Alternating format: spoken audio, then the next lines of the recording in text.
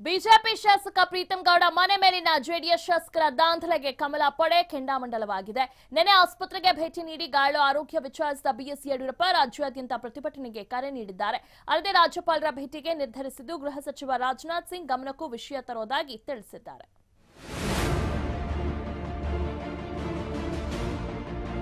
Operation ಕಮಲದ audio ರಾಜ್ಯದಲ್ಲಿ ಅಲ್ಲೋಲ ಕಲ್ಲೋಲ ಸೃಷ್ಟಿಸಿದೆ.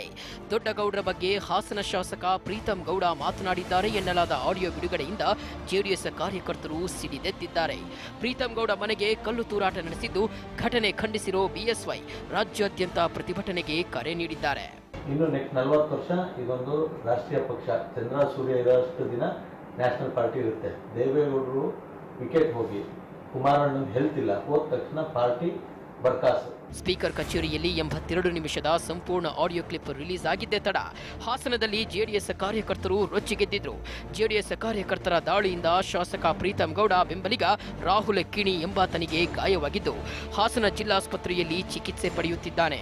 ಹೀಗಾಗಿ ಜಿಲ್ಲಾಸ್ಪತ್ರೆಗೆ ಭೇಟಿ ನೀಡಿದ ಬಿಎಸ್ವೈ ಗಾಯಾಳುವಿನ ಆರೋಗ್ಯ ವಿಚಾರಿಸಿದ್ರು. ಇದಕ್ಕೂ ಮೊದಲು ಪ್ರೀತಂ ಗೌಡ ಮನೆಗೆ ಭೇಟಿ ನೀಡಿದ್ದ ಯಡಿಯೂರಪ್ಪ ಘಟನೆಯನ್ನ ಖಂಡಿಸಿದ್ರು. ಆಸ್ಪತ್ರೆಯಲ್ಲಿ ಬಿದ್ದಿದ್ದಾನೆ. ನಾನು ನಾಳೆ ದಿನ 10 ಗಂಟೆಗೆ ರಾಜ್ಯಪಾಲರನ್ನು ಭೇಟಿ ಮಾಡ್ತಾ ಇದ್ದೇವೆ. ಏನಿಲ್ಲಿ ಗೂಂಡಾಗಿರಿ ನಡೀತಾ ಇದೆ ಕುಮಾರಸ್ವಾಮಿಯವರ ಒಂದು ನೇತೃತ್ವದಲ್ಲಿ, ಹಾಸನ ನಮ್ಮ ಜಾಗೀರ್ ಅಂತ ಅವರು ತಿಳ್ಕೊಂಡು ಈ ರೀತಿಯ ನಡವಳಿಕೆ ನಡೆಸಿದ್ದಾರೆ. ಇದನ್ನ ಖಂಡಿಸ್ತೇನೆ. ನಮ್ಮ ಕಾರ್ಯಕರ್ತರು ವಿಚಲಿತರಾಗುವಂತ ಅಗತ್ಯ ಇಲ್ಲ. ನಾವೆಲ್ಲ ನಿಮ್ ಜೊತೆಗಿದ್ದೇವೆ. ಇಡೀ ಪಕ್ಷ ಪ್ರೀತಂ ಗೌಡನ ಜೊತೆಗಿದೆ. ಯಾವುದಕ್ಕೂ ಜಗ್ಗಕ್ಕೆ ಬಗ್ಗಕ್ಕೆ ನಾವು ಬಿಡೋದಿಲ್ಲ. ಇದೇ ವೇಳೆ ಮಾತನಾಡಿದ ಆರ್ ಅಶೋಕ್ ಶಾಸಕರಿಗೆ ರಕ್ಷಣೆ ನೀಡುವಂತೆ ಸ್ಪೀಕರ್ಗೆ ಮನವಿ ಮಾಡೋದಾಗಿ ತಿಳಿಸಿದ್ರು. ನಾವು ಬಿಡಲ್ಲ. ಇನ್ನೂ 4 ಜನನು ಕೂಡ ನಾಳೆ ಯಡಿಯೂರಪ್ಪನವರ ನೇತೃತ್ವದಲ್ಲಿ ಗವರ್ನರ್ ಅನ್ನ ಭೇಟಿ ಮಾಡಿ ಶಾಸಕರಿಗೆ ನಮಗೆ ಭದ್ರತೆ ಇಲ್ಲ, ಇನ್ನು ಇಡೀ ರಾಜ್ಯದ ಭದ್ರತೆಯನ್ನ ಇವ್ರು ಹೆಂಗ್ ಮಾಡ್ತಾರೆ ಅನ್ನೋ ಪ್ರಶ್ನೆಯನ್ನು ನಾವು ಕೇಳೋರಿದ್ರಿ. ನಾಳೆ ಸ್ಪೀಕರ್ ಅವ್ರಿಗೂ ಪತ್ರ ಕೊಡೋ ಮುಖಾಂತರ ಶಾಸಕರ ರಕ್ಷಣೆಗೆ ಸ್ಪೀಕರ್ ಅವರು ಬರಬೇಕು ಅನ್ನೋ ವಿನಂತಿನೂ ಕೂಡ ನಾವು ಮಾಡೋರಿದ್ದೀರಿ.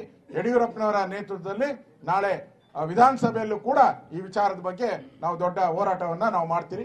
ಒಂದು ಮನೆಗೆ ನುಗ್ಗಿ ಹಲ್ಲೆ ಮಾಡುವಂತ ಕೆಲಸ ಮಾಡಿದ್ದಾರೆ. ಬೆಳಗ್ಗೆ 250 ಜನ 11:30 ಗಂಟೆಗೆ ಬರ್ತಾರೆ ಅಂದ್ರೆ ಇಲ್ಲಿ ಬಂದ ಪೊಲೀಸರು ಎಷ್ಟು? 3 ಜನ.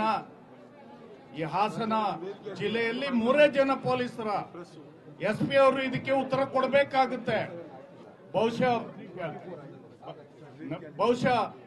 ಬಹಳ ಪ್ರಶ್ನೆಗೆ ಇಲ್ಲಿಯ ಜವಾಬ್ದಾರಿಯುತ ಎಸ್ಪಿ ಅವರು ಉತ್ತರ ಕೊಡಬೇಕಾಗುತ್ತೆ.